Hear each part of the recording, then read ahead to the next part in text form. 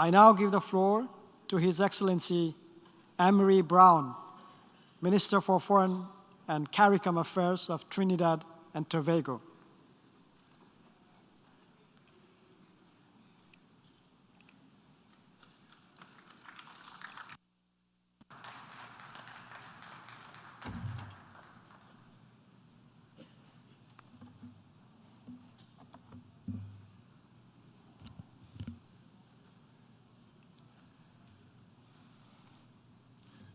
Mr. President, Trinidad and Tobago congratulates you on your presidency of the 77th session, and we commit to you our full support. I also express gratitude to your predecessor, whose leadership and dedication demonstrated that to be a great leader, you don't have to come from a large country. Mr. President, in our maiden statement to the General Assembly as a newly independent nation in 1962, our first permanent representative, the late Sir Ellis Clarke, declared that Trinidad and Tobago embraces the solemn responsibility that comes with membership of this organization. I stand before you today in our 60th year of independence, on the anniversary of the day on which we became a republic, to reaffirm Trinidad and Tobago's unequivocal acceptance of our obligation to honor the responsibility of membership.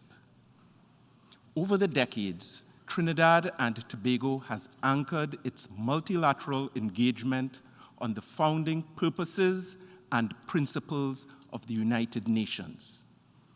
We have nurtured these principles by maintaining a strong tradition of democratic governance, which respects constitutionally enshrined fundamental human rights and freedoms and promotes strict adherence to the rule of law. Trinidad and Tobago, accordingly, is bound by duty to uphold these principles unconditionally and to defend them whenever there is evidence of breach. This is why Trinidad and Tobago cannot accept or ignore any unilateral attempt to violate the sovereignty and territorial integrity of any state. The violation of Ukraine's internationally agreed borders constitutes a flagrant violation of the UN Charter and of international law. It is a clear threat to international peace and security, and the only credible solution is to end this aggression immediately. Therefore, we call on the Russian Federation to immediately abandon its action and to resume negotiations with the Ukrainians in good faith to find a peaceful and durable resolution. Mr. President, our collective experience over the last 7 months has laid bare the urgent necessity for the Security Council to be reformed to reflect current geopolitical realities. And as the international community celebrates the 20th anniversary of the entry into force of the Rome Statute, which established the International Criminal Court, evidence and events around the world confirm that if in fact the court did not exist, it would have to be created in order to ensure accountability for growing acts of impunity. Trinidad and Tobago is proud of our long-standing involvement with this court through the pioneering work of our distinguished former Prime Minister and President from the little island of Tobago, the late Arthur N.R. Robinson. The mission of the International Criminal Court and its record as an independent tribunal engenders the fullest support of Trinidad and Tobago. Mr. President, as the war in Ukraine rages, fuels such as coal are having quite a resurgence, and the commitments made in Glasgow are at risk of being severely derailed. At the same time, climate commitments made by developed countries are definitely not on track. Droughts, wildfires, floods, and cataclysmic hurricanes and typhoons are realities that small island states know all too well. At the same time, slow onset events such as the deterioration of coral reefs and the influx of sargassum seaweed threaten our fragile ecosystems and the livelihoods of our people, especially our fisherfolk and those dependent on tourism. Accordingly, Trinidad and Tobago calls for the full and effective implementation of the Paris Agreement. A dedicated facility to address loss and damage under the UNFCCC financial mechanism is an absolute necessity.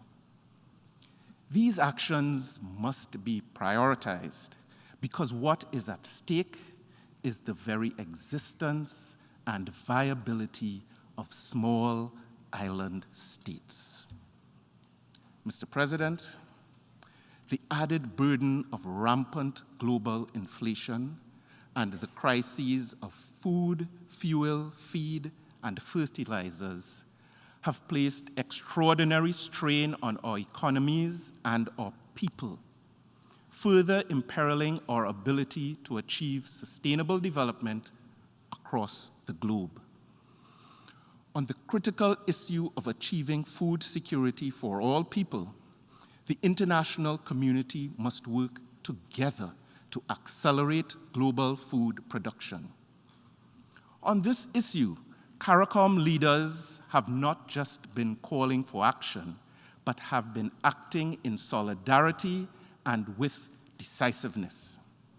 In August, Trinidad and Tobago was pleased to host the second CARICOM Agri-Investment Forum and Expo as part of our region's commitment to reduce its food import bill by 25% by the year 2025. Mr. President, Trinidad and Tobago is firmly committed to working with CARICOM and other partners toward restoration of peace and stable democratic governance in Haiti. Our objective must be to work with the Haitians to secure their long-term progress and future.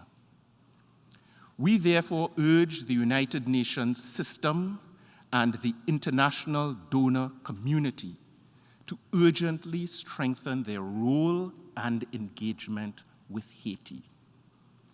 We encourage them to provide the necessary assistance to quell the ongoing and devastating gang violence and to urgently improve the humanitarian situation in that beautiful country. Mr. President, in the Caribbean, our efforts to build safe and peaceful societies are being completely undermined by transnational organized crime, human trafficking, the illicit trade of drugs, and a steady flow of illegal firearms from source countries far beyond our region, all contributing to unacceptably high levels of gang violence within our communities. We are further committed to strengthening our cooperation with regional and international partners to address these challenges, which threaten the very stability of our societies. Violent extremism, international terrorism, and the use of technology for criminal purposes remain clear and present dangers. In combating these phenomena, Trinidad and Tobago attaches the highest value to collaborating with the United Nations and other international partners. We must bear in mind that in addressing extremism, there must be no compromise to the constitutionally protected rights and freedoms of our citizens. Mr. President, in all of these complexities, we must recognize the critically important role of women as agents of positive change. And to that end, Trinidad and Tobago will once again table the biennial resolution on women, disarmament, non-proliferation, and arms control. We encourage all member states to co-sponsor and support this forward-looking resolution. But, Mr. President, while we assiduously work to encourage and ensure the inclusion of women in places and spaces of decision-making, we must continue to insist that the rights of women and girls are fully respected at all levels of society. Violence against women and girls continues to be a menace, destroying lives and impeding overall progress toward balanced and inclusive sustainable development. Addressing this must be a priority, and in Trinidad and Tobago, a growing number of stakeholders, including the private sector, have now joined the national effort to make our society safe for women and girls. Mr. President, the last 2 years in particular have demonstrated that the structure of the international economic and financial system is not fit for purpose. The system, as designed, actually undermines developing countries in their pursuit of sustainable development. It cannot be business as usual. A transformative global agenda, such as the 2030 Agenda, necessitates a transformative economic and financial framework that is compatible with the achievement of the SDGs. Without such a shift in the global architecture, even the best efforts at the national level will not produce the results that we need in the global south. Trinidad and Tobago calls on the international community to adopt tailored measures and solutions to address the fundamental financing challenges that developing countries face, with particular attention to LDCs and SIDS. One such measure is the adoption of a multidimensional vulnerability index, which we consider to be an utmost priority. Mr. President, our history cannot be rewritten or erased. We therefore continue to call for reparatory justice for the unpaid debt for centuries of enslavement of African people, for the historical crimes of native genocide visited upon the indigenous people of this world, and for the exploitative legacy of colonialism that has directly resulted in the persistent underdevelopment of Caribbean nations and so many others. We continue to call for the abandonment and the destruction of all nuclear weapons as the only means of guaranteeing the avoidance of total annihilation of humankind. We continue to call for the unconditional lifting of the unjust economic, commercial, and financial embargo imposed on the people of Cuba, and for the full integration of Cuba into the international economic and political system.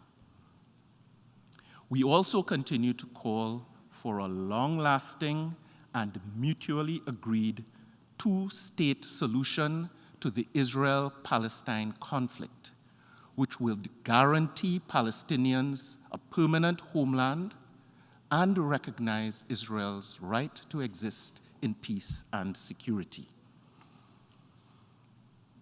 Mr. President, to get to the 2030 agenda, to get it back on track, all stakeholders, whether big or small, powerful or otherwise, must embrace the value of multilateralism. Clearly, we are not quite there as yet.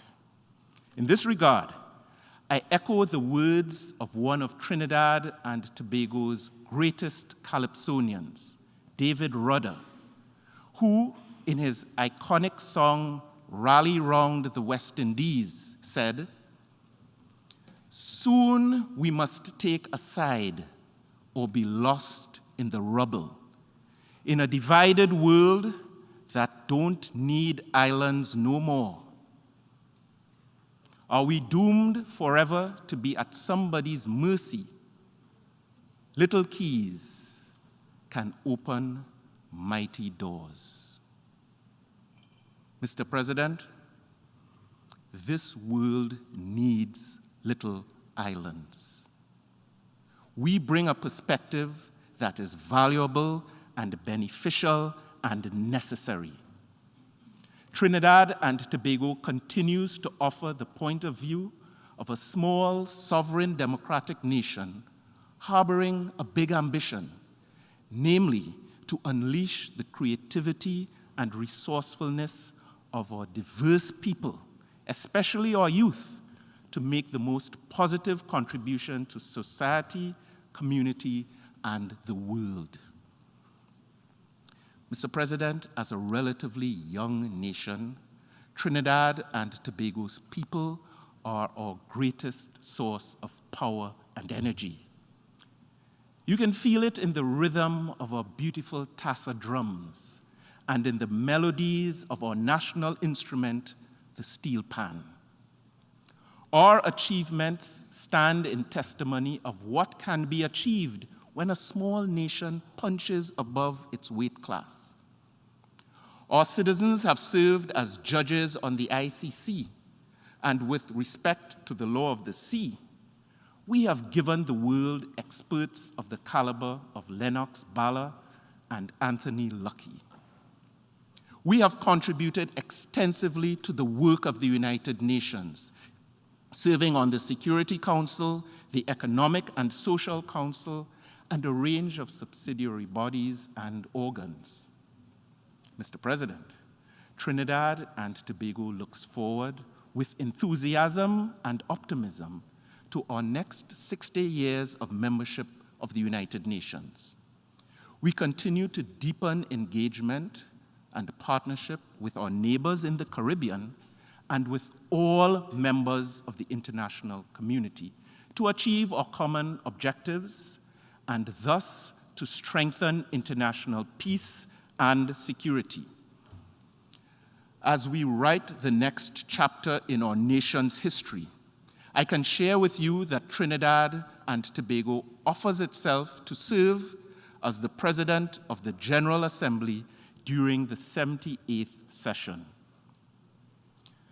Being tasked with such a defining role by the Assembly would truly be an honor and a responsibility that the government and people of Trinidad and Tobago shall embrace with commitment and impartiality.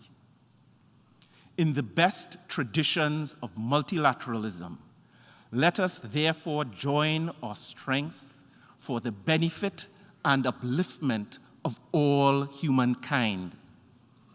Let us build a truly global community where no one is left behind. In closing, Mr. President, I offer this General Assembly the inspiration found in the words of the national motto of Trinidad and Tobago, which declares, "Together we aspire together we achieve. Mr. President, I thank you.